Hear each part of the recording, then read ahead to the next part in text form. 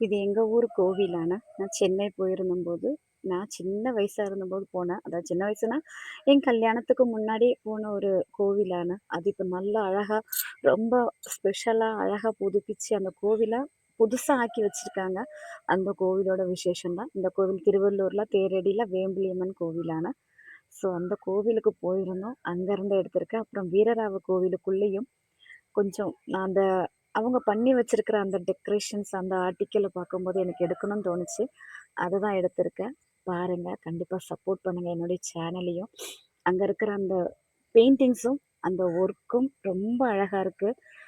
பார்த்துக்கிட்டே இளமா இருந்துச்சு. அப்படிதான் நான் இருக்கும்போது நான் வீடியோ என்ன அறியாம தான் வீடியோ எடுக்கணும்னு தோணுச்சு. வீடியோ எடுத்தேன்.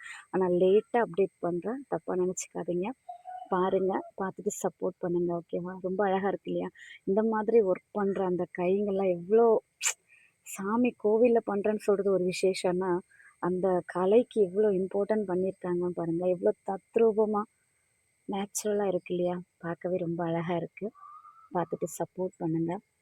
அழகா இருக்கா? ரொம்ப சூப்பரா இருக்கு இல்லையா? எனக்கு ரொம்ப பிடிச்சிருந்தது. அதனால தான் நான் இந்த வீடியோ எடுத்திருக்கேன். நல்லாருக்கு பாருங்க.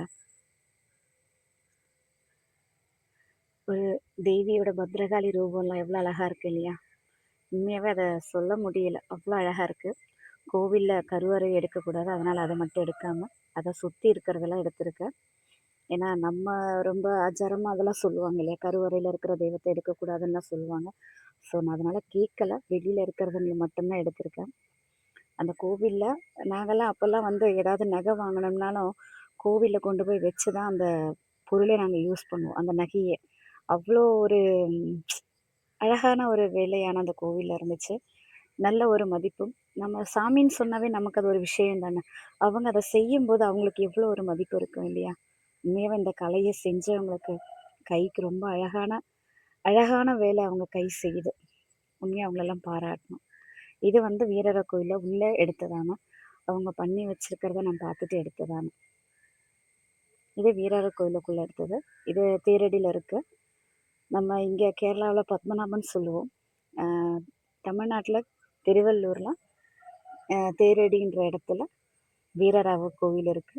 இங்கேயும் பெருமாள் பள்ளி கொண்டது போல தான் படுத்துட்டு இருப்பாரு. அவருடைய சைதன்யமே அப்படிதான் இருக்கும். நீங்க கண்டிப்பா போனா பாருங்க. ரொம்ப அழகான ஒரு கோவிலு, பழமையான கோவிலு. பார்க்கவே ரொம்ப அழகா இருக்கும். திருப்பதி வரைக்கும் நாங்கலாம் அப்ப போக மாட்டோம். பக்கத்திலேயே இருக்க இந்த கோவிலுக்கு தான் போவோம். மந்திரங்கள்லாம் எவ்வளோ அழகா அந்த பொம்மைங்கலாம் பார்க்க எவ்வளோ அழகா இருக்கு இல்லையா? பார்த்துக்கிட்டே இருக்கணும்னு தோணுச்சு. அத தான் எடுத்திருக்கேன்.